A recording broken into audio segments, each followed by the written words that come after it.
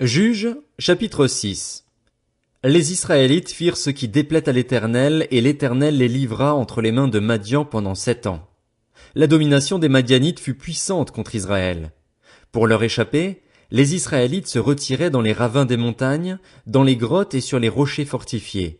Quand Israël avait semé, les Madianites montaient avec Amalek et les nomades de l'Est et marchaient contre lui. Ils campaient en face de lui, détruisaient les produits du pays jusque vers Gaza et ne laissaient en Israël ni vivres, ni brebis, ni bœufs, ni ânes. En effet, ils montaient avec leurs troupeaux et leurs tentes, arrivant comme un essaim de sauterelles. Il était impossible de les compter, eux et leurs chameaux, et ils venaient dans le pays pour le dévaster. Israël fut plongé dans une grande misère à cause de Madian, et les Israélites crièrent à l'Éternel. Lorsque les Israélites crièrent à l'Éternel au sujet de Madian, l'Éternel leur envoya un prophète. Il leur dit, « Voici ce que dit l'Éternel, le Dieu d'Israël. Je vous ai fait sortir d'Égypte et quitter la maison d'esclavage. Je vous ai délivré de la domination des Égyptiens et de tous ceux qui vous opprimaient. Je les ai chassés devant vous et je vous ai donné leur pays. Je vous ai dit, je suis l'Éternel, votre Dieu. Vous ne craindrez pas les dieux des Amoréens, même si vous habitez dans leur pays. Mais vous ne m'avez pas écouté. » Puis l'ange de l'Éternel vint et il s'assit sous le térébinthe d'Ophra, qui appartenait à Joas, membre de la famille d'Abiézer. Son fils Gédéon battait du blé au pressoir pour le mettre à l'abri des Madianites. L'ange de l'Éternel lui apparut et lui dit, « L'Éternel est avec toi, vaillant héros. » Gédéon lui dit, « Ah, mon Seigneur, si l'Éternel est avec nous, pourquoi tout cela nous est-il arrivé? Où sont tous ces actes merveilleux, ceux que nos pères nous racontent quand ils disent, « L'Éternel ne nous a-t-il pas fait sortir d'Égypte? Maintenant l'Éternel nous abandonne et nous livre entre les mains de Madian. » L'Éternel se tourna vers lui et dit, « Va avec la force que tu as et délivre Israël de l'oppression de Madian. N'est-ce pas moi qui t'envoie? » Gédéon lui dit, « Ah, mon Seigneur, avec quoi délivrerai-je Israël? Mon clan est le plus faible de Manassé et je suis le plus petit dans la famille de mon père. » L'Éternel répondit, « Mais je serai avec toi et tu battras les Madianites comme s'il s'agissait d'un seul homme. » Gédéon lui dit, « Si j'ai trouvé grâce à tes yeux, donne-moi un signe pour montrer que c'est bien toi qui me parles. Ne t'éloigne pas d'ici jusqu'à ce que je revienne auprès de toi, que j'apporte mon offrande et que je la dépose devant toi. » Et l'Éternel dit, « Je resterai jusqu'à ce que tu reviennes. » Gédéon entra chez lui, prépara un chevreau et fit des pains sans levain avec 22 litres de farine. Il mit la viande dans un panier et le jus dans un pot, les lui apporta sous le térébinthe et les présenta. L'ange de Dieu lui dit, « Prends la viande et les pains sans levain, pose-les sur ce rocher et verse le jus par-dessus. » C'est ce que fit Gédéon. L'ange de l'Éternel avança le bâton qu'il avait à la main et en toucha la viande et les pains sans levain. Alors un feu s'éleva du rocher, un feu qui brûla la viande et les pains sans levain. Puis l'ange de l'Éternel disparut de la vue de Gédéon. Comprenant que c'était l'ange de l'Éternel, Gédéon s'exclama, « Malheur à moi, Seigneur Éternel, car j'ai vu l'ange de l'Éternel face à face. » Et l'Éternel lui dit, « Reste en paix, n'aie pas peur, tu ne mourras pas. » Gédéon construisit là un autel à l'Éternel, et il l'appela l'Éternel paix. Il existe aujourd'hui encore à Ophra, qui appartenait à la famille d'Abiézer. Au cours de la même nuit, l'Éternel dit à Gédéon, « Prends le jeune taureau de ton père, ainsi qu'un deuxième taureau de 7 ans.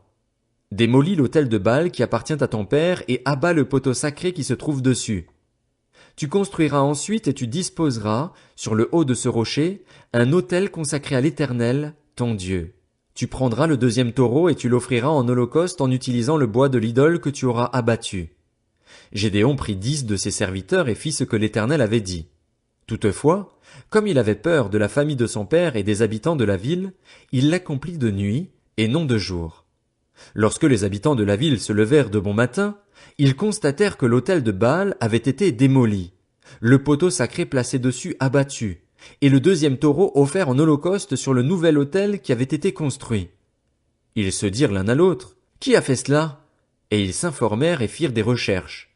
On leur dit, « C'est Gédéon, fils de Joas, qui a fait cela. » Alors les habitants de la ville dirent à Joas, « Fais sortir ton fils de chez toi, et qu'il meure, car il a démoli l'autel de Baal et abattu le poteau sacré qui se trouvait dessus. » Joas répondit à tous ceux qui se présentèrent à lui, Est-ce à vous de défendre Baal?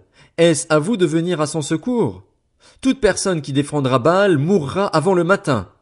Si Baal est un dieu, qu'il se défende lui-même, puisqu'on a démoli son autel. Ce jour-là, on donna à Gédéon le nom de Jérubbaal en disant que Baal se défende contre lui, puisqu'il a démoli son autel. Tous les Madianites, les Amalécites et les nomades de l'Est se rassemblèrent. Ils passèrent le Jourdain et campèrent dans la vallée de Jizréel. Gédéon fut revêtu de l'Esprit de l'Éternel.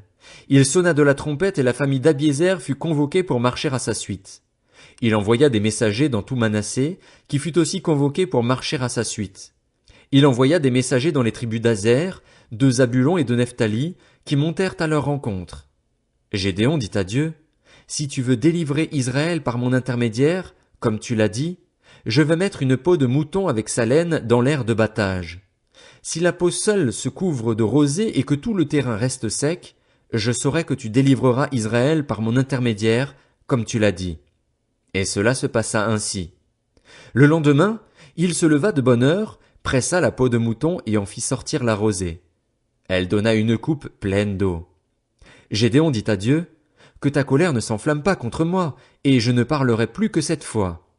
Je voudrais seulement faire encore une épreuve avec la peau de mouton.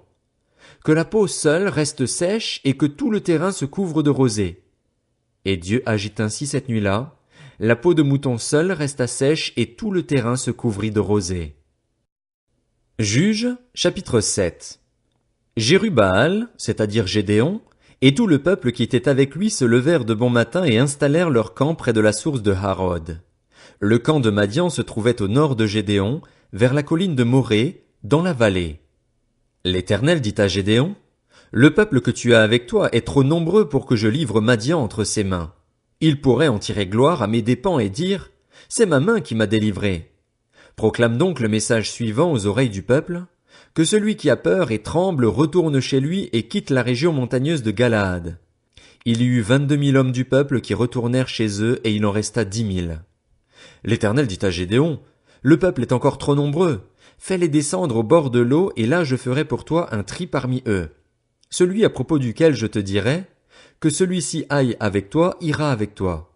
Et celui à propos duquel je te dirai, que celui-ci n'aille pas avec toi, n'ira pas avec toi. » Gédéon fit descendre le peuple au bord de l'eau et l'Éternel dit à Gédéon, « Tous ceux qui laperont l'eau avec la langue comme le ferait un chien, tu les sépareras de tous ceux qui se mettront à genoux pour boire. » Ceux qui lapèrent l'eau en la portant à la bouche avec leurs mains furent au nombre de 300, et tout le reste du peuple se mit à genoux pour boire.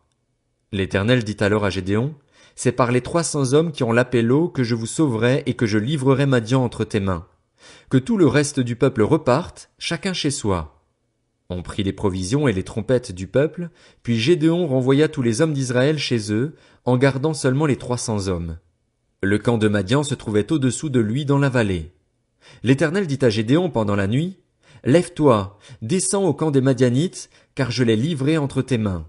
Si tu as peur d'y descendre, vas-y avec ton serviteur Pura. Tu écouteras ce qu'ils diront et après cela tes mains seront fortifiées. Descends donc au camp. » Gédéon descendit avec son serviteur Pura jusqu'aux avant-postes du camp. Les Madianites, les Amalécites et tous les nomades de l'Est étaient dispersés dans la vallée comme un essaim de sauterelles, et leurs chameaux étaient innombrables comme le sable qui est au bord de la mer. Lorsque Gédéon arriva, un homme était en train de raconter un rêve à son camarade. Il disait, « J'ai fait un rêve. J'y voyais un gâteau de pain d'orge roulé dans le camp de Madian. Il est venu heurter la tente et elle est tombée. Il l'a retournée sans dessus-dessous, elle a été démolie. » Son camarade répondit, « Ce n'est rien d'autre que l'épée de Gédéon, fils de Joas, l'Israélite. Dieu a livré entre ses mains Madian et tout le camp. » Lorsque Gédéon eut entendu le récit du rêve et son explication, il se prosterna, revint au camp d'Israël et dit, « Levez-vous, car l'Éternel a livré le camp de Madian entre vos mains. » Il répartit les 300 hommes en 3 groupes et leur remit à tous des trompettes ainsi que des cruches vides, avec des torches dans les cruches. Il leur dit, « Vous me regarderez et vous ferez comme moi. Dès que je serai arrivé aux abords du camp, vous ferez ce que je ferai. Quand je sonnerai de la trompette, ainsi que tous ceux qui seront avec moi, vous sonnerez aussi de la trompette tout autour du camp et vous direz, « Pour l'Éternel et pour Gédéon !» Gédéon et les 100 hommes qui l'accompagnaient arrivèrent aux abords du camp peu avant minuit, alors qu'on venait de remplacer les gardes. Ils sonnèrent de la trompette et brisèrent les cruches qu'ils avaient à la main. Les 3 groupes sonnèrent de la trompette et brisèrent les cruches. Prenant de la main gauche les torches et de la main droite les trompettes dont ils devaient sonner, ils s'écrièrent: « À vos épées pour l'Éternel et pour Gédéon !» tout en restant chacun à sa place autour du camp. Le camp tout entier se mit à courir, à pousser des cris et à prendre la fuite. Les 300 hommes sonnèrent une nouvelle fois de la trompette et, dans tout le camp, l'Éternel fit en sorte que les hommes tournent l'épée les uns contre les autres. Les hommes du camp s'enfuirent jusqu'à Beth-Shitta, vers Tseréra, et jusqu'aux abords d'Abel-Méhola, près de Tabath. Les hommes d'Israël, les hommes des tribus de Nephtali, d'Azer et de tout Manassé, se rassemblèrent et poursuivirent les Madianites.